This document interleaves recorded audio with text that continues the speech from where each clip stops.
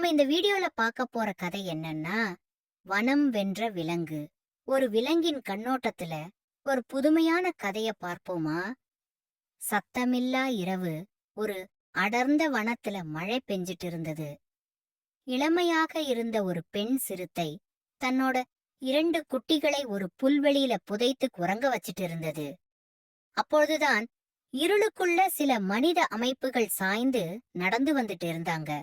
பசுமையான மரங்களுக்கு இடையில் மறைந்து ராட்சத கூண்டை ஏந்தி கொண்டு அவங்க வந்துட்டு இருந்தாங்க. இதை கவனிச்சிட்டு இருந்த சிறுத்தை, மறைய வேண்டும், என் குட்டிகள் ஓட வேண்டும். அவள் அங்கிருந்து தப்பிக்க முயற்சி செய்தாள். ஆனால் மயக்க துப்பாக்கி அவளோட கழுத்தை தொலைச்சுது.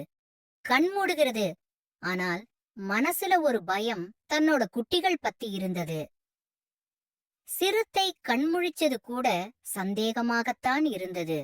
பனிக்கட்டி மாதிரி குளிர்ந்த இரும்பு கொண்டு பக்கத்துல நிமிர்ந்து விழுந்து பல்டி அடிச்சு அவளோட கண்கள் சுழன்றுட்டு இருந்தது. மாடி கட்டடத்தின் மேல 3வது மாடி வழியா நுழையப்படையெடுத்து இருந்த கம்பிகள், பூட்டுகள், கண்காணிப்பு கேமராக்கள் எல்லாம் இருந்தது. அவள் அங்கிருந்த பூனை இல்ல, ஒரு காட்டுப்படை வீராங்கனை. அதனால நிதானமா மனிதர்களோட பேச்சுகள், சிரிப்புகள், பழிவாங்கும் பார்வைகள், இவையெல்லாம் அந்த சிறுத்தையின் உள்ளுக்குள்ள தீவிரமடைஞ்சது. என்னோட இடங்காடு, நீங்கள் என்னை அடைத்தாலும் என் உள்ளத்தை அடைக்க முடியாது. நாள்கள் கடந்து போச்சு. ஒரு நாயகனாக இருந்தவள் ஒரு உளவாளியா மாறினாள். அவ கவனிக்க ஆரம்பிச்சா, காவலர் இரவு 10 மணி 15 நிமிடத்திற்கு சிகரெட்டுட போறாங்க. சாப்பாடு 3 மாடிகள் கீழே இருந்த சமையலறையில் இருந்து வந்து சேரும். ஒரு சுவரில் பைக்கின் மேல் பாய்வதற்கான இடைவெளி 6 அடி இருந்தது. அவள் தூய கணக்கியல் பயிற்சியில் இறங்குகிறாள். ஒரு நாள் ஒரு சிறிய குருவி அந்த கூண்டு பக்கமாக வந்து குதிச்சுது. அவள் அவனை மெதுவா பார்த்துட்டு, நீயும் பறக்கிற, என்னையும் பறக்கச் சொல்லி வந்தியா அப்படின்னு சிறுத்தை கேட்டது. அதிலிருந்து ஒரு நட்பு ஆரம்பமாச்சு. அவள் ஒரு நாள் ஒரு பெட்டிய தள்ளி கம்பி அடிவர தட்டுனாள். அந்த சத்தம் கேட்டு மனிதர்கள் முழிச்சிட்டாங்க.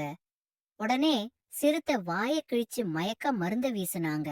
அவளை மறுபடியுமா சாய்கிறா. ரொம்ப ரத்தமாக ஒழுக ஆரம்பிச்சுது. அவள் விழிக்கிறாள்.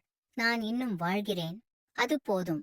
அவளோட காயங்கள் ஆறதுக்கு 3 நாட்கள் ஆகிறது. தினமும் குருவி சிறு சிறு பொருள்களை கூட்டி வைக்கிறது. ஒரு கம்பி துண்டு, ஒரு பிளாஸ்டிக் கவர், ஒரு செங்கல் தூ. அவள் தைரியமாகவும் தொடங்குகிறாள். நெஞ்சில் மட்டுமல்ல, சுவரில். அந்த இரவு மழை, மின்னல். அவளது கண்கள் துளிர்ப்பவை போல் ஒளிருகின்றன. மனிதர் கீழே விழுந்தான்.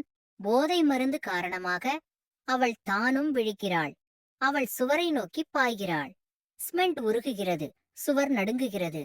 மின்னல் ஒளியில் ஒரு நிஜக் கதையின் சாயலான சுட்டெரியும் பாய்ச்சல். கீழே அலாரம், மேலே வானம்.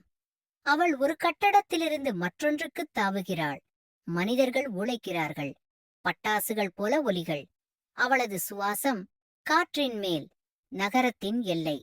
மின்னலால் 4 சாலை. அவள் தடுமாறுகிறாள். குட்டிகள் ஞாபகம் வருகிறது. அவள் ஒரு பெரிய சுவரை நோக்கி ஓடுகிறாள். அதன் பக்கத்தில் ஒரு மரம். மரம் மீது ஒரு கிளை. கிளையின் மீது ஒரு குருவி. இப்போது வா எனும் குருவியின் பார்வை. அவள் பாய்கிறாள். அந்த ஒரு பாய்ச்சல் ஒரு சமயமாகிறது. மழை அடங்கியுள்ளது. பசுமை நனைந்தது.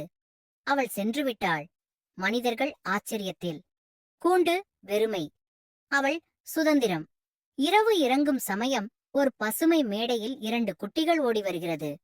அவள் தலையை தூக்குகிறாள். நான் மீண்டும் வந்துவிட்டேன்.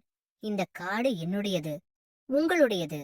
இந்த கதை ஒரு விலங்கின் கண்ணோட்டத்தில் சொல்லப்படுகிறது.